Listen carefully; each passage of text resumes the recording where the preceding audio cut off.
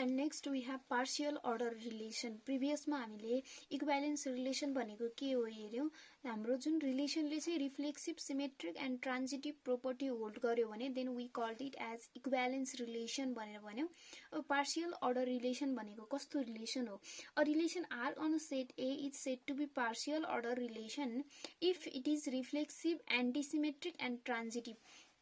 Partial order relation हुनको लागि हाम्रो रिलेसन रिफ्लेक्सिभ हुनु पर्यो, एन्टिसिमेट्रिक हुनु पर्यो एन्ड ट्रान्जिटिभ. रिफ्लेक्सिभ भनेको हामीलाई थाहा छ, for all a belongs to A, a चाहिँ हाम्रो केमा बिलोङ गर्नु पर्यो, आरमा बिलोङ गर्नु पर्यो.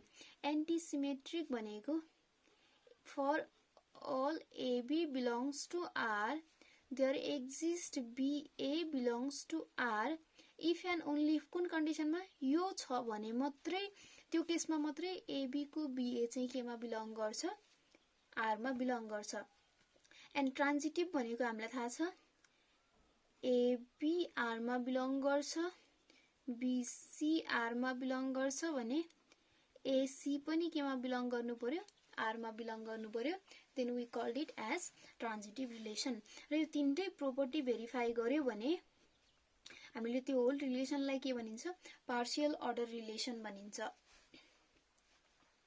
अब एक्जाम्पलमा हामीले हेर्दा लेट अस सपोज हामीसँग 1 2 3 भनेर एउटा सेट छ.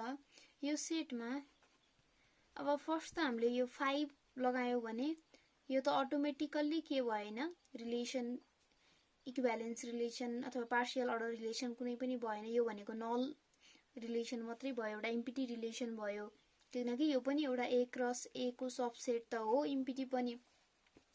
अब R2 मा हामीले नेक्स्ट के हेर्न सकिन्छ, 1 1 2 2 3 3 भयो भने यो चाहिँ हाम्रो के हुने भयो, यसले रिफ्लेक्सिभ प्रोपर्टी होल्ड गर्छ. रिफ्लेक्सिभ प्रोपर्टी होल्ड गरेपछि एन्टिसिमेट्रिकको लागि यसमा के भयो, 1 1 1 1 नै 2 2 2 2 नै भनेको यसले चाहिँ हाम्रो पार्शियल अर्डरको रिलेसन चाहिँ होल्ड गर्ने भयो.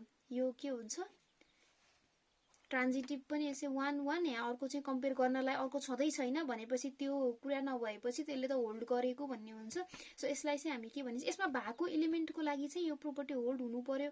अथवा ब्ल्याङ्क केही पनि छैन भने त, यसमा त केही पनि छैन भनेको रिफ्लेक्सिभ नै होल्ड गरेन र यो चाहिँ हाम्रो पार्शियल अर्डर रिलेसन भएन. बट यसमा चाहिँ रिफ्लेक्सिभ होल्ड गरेपछि र अरू एलिमेन्ट छैन भने हाम्रो यो चाहिँ के हुन्छ, पार्शियल अर्डर रिलेसन भयो. नेक्स्ट R3 हेरौं. R3 मा हामीसँग 1 1 2 2 3 3 1 2 र 2 1 छ.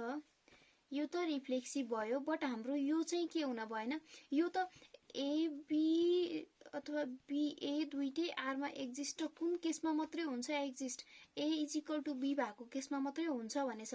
बट यहाँ a is equal to b नभएको केसमा पनि हाम्रो चाहिँ के भयो, एबी र बीए चाहिँ आरमा बिलोङ गर्यो भनेपछि योले एन्टिसिमेट्रिक प्रोपर्टी होल्ड गरेन. सो यो हाम्रो पार्शियल अर्डर रिलेसन भएन. देन R4 मा हामीसँग छ 1 1 2 2 3 3 1 3 2 3. यो त रिफ्लेक्सिभ भइहाल्यो. देन अब यहाँ एन्टिसिमेट्रिक, यसमा चाहिँ सिमेट्रिक प्रोपर्टी यसले होल्ड गरे छैन. सो यो चाहिँ एन्टिसिमेट्रिक पनि भयो. सिमेट्रिक होल्ड नगरेपछि यो नहुँदा मात्रै एबी इक्वल्स टु भएको बेलामा मात्रै यिनीहरू चाहिँ इक्वल्स टु भएको भ्यालु चाहिँ बिलोङ गरेछ. अदरवाइज दुईटा भ्यालु 1 3 हुँदाखेरि 3 1 छैन, 2 3 हुँदा 3 2 चाहिँ यसमा बिलोङ गरेको छैन. सो यो एन्टिसिमेट्रिक पनि होल्ड गर्यो. एन्ड ट्रान्जिटिभको लागि पनि चाहिँ यसमा हामीले ट्रान्जिटिभ चेक गर्ने यसमा हामीसँग अप्सनै छैन. भनेको 1 3 छ भने 3 बाट बिगिन भएको अर्को टर्म छैन, यता 3 3 नै भनेको त त्यो आइडेन्टिटीसँगै गर्दाखेरि त 1 3 नै आउँछ. सो यसमा चाहिँ हामीले यो ट्रान्जिटिभ होल्ड गरेको छैन, एन्टिसिमेट्रिक गरेको छैन भन्न मिल्ने अप्सन छैन भनेपछि यो हाम्रो के भयो, पार्शियल अर्डर रिलेसन भयो.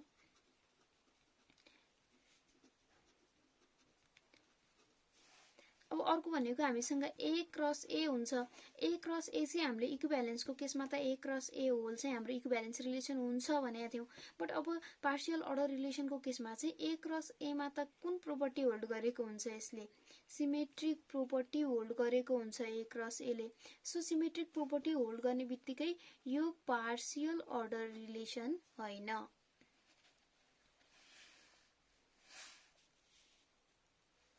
भनेको ए क्रस ए चाहिँ पार्शियल अर्डरको केसमा चाहिँ पार्शियल अर्डर रिलेसनमा काउन्ट हुँदैन। यसरी हामी चाहिँ कुनै रिलेसन पार्शियल अर्डर रिलेसन हो कि नै चेक गर्न सकिन्छ।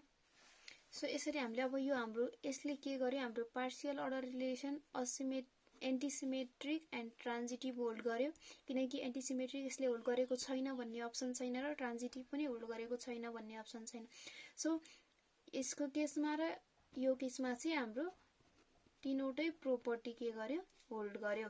हेन्स यो भनेको हाम्रो पार्शियल अर्डर रिलेसनको एक्जाम्पल भयो र यिनीहरू चाहिँ हामीसँग पार्शियल अर्डर रिलेसनमा भएन।